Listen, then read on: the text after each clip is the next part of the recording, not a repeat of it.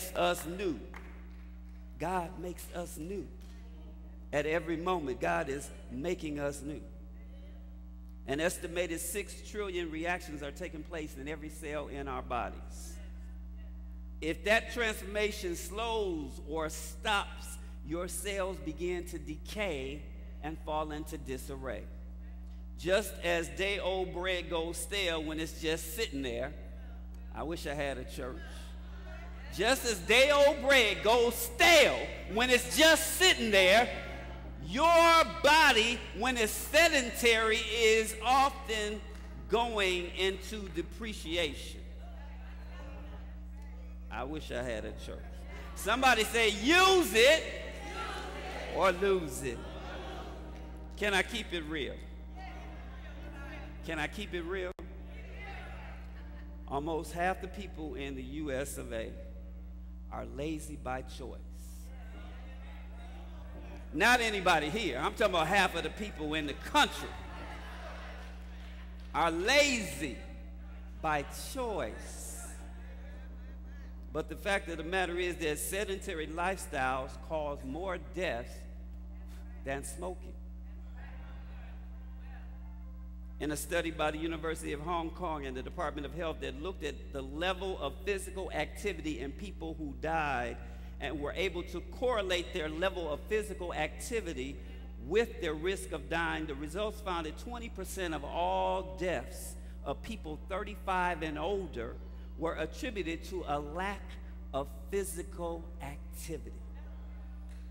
Somebody say, use it or lose it. It's not easy being a couch potato, but it's clearly dangerous to your health. Globally, 31% of the world's population moves too little to stay healthy, which amounts to about 1.5 billion people. Teenagers, can you help me say teenagers? Teenagers 13 to 15 are the worst on the planet. Can you believe that? Teenagers 13 to 15, and I would say 13 to 23, are the worst on the planet in terms of being sedentary. Look around the room. How many teenagers you see up in here? Where you think they are? They're home in the bed with their lazy behind. That's where they are. They're at home in the bed doing what they do best, being sedentary. Over 80% of the up-and-coming generation moves about as much as a snail. That's sad. That's really sad. The Bible says sloth is one of the 7 deadly sins.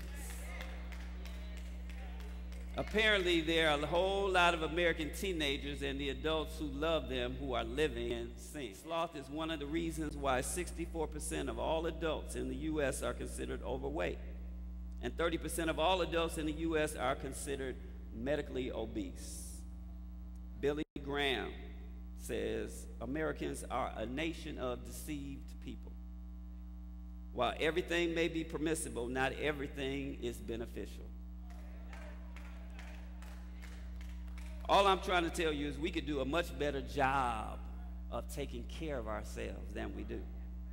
This is no way to take care of the gift that God has given us. This is no way to take care of the gift that God has given us. Beginning at the age of 30, moving at the pace of 1% per year, the average human body begins to come unhinged.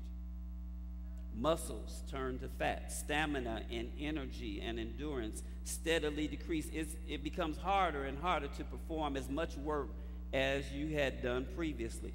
But the good news is that the aging process only accounts for 1% of the changes taking place in your body.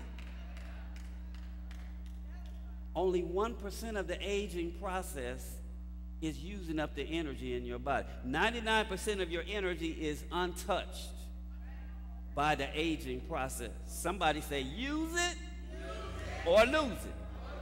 What are you saying, preacher? I'm saying that 99% of your energy is controlled by your intelligence. Not by your body doing what your body naturally does, but by your intelligence, how you use your energy, your attitudes, your feelings, your lifestyle choices and decisions, your stress level, your mind-body connection, your values, and your belief system. That's what sucks up your energy. Have you ever heard the expression, you're as young as you feel?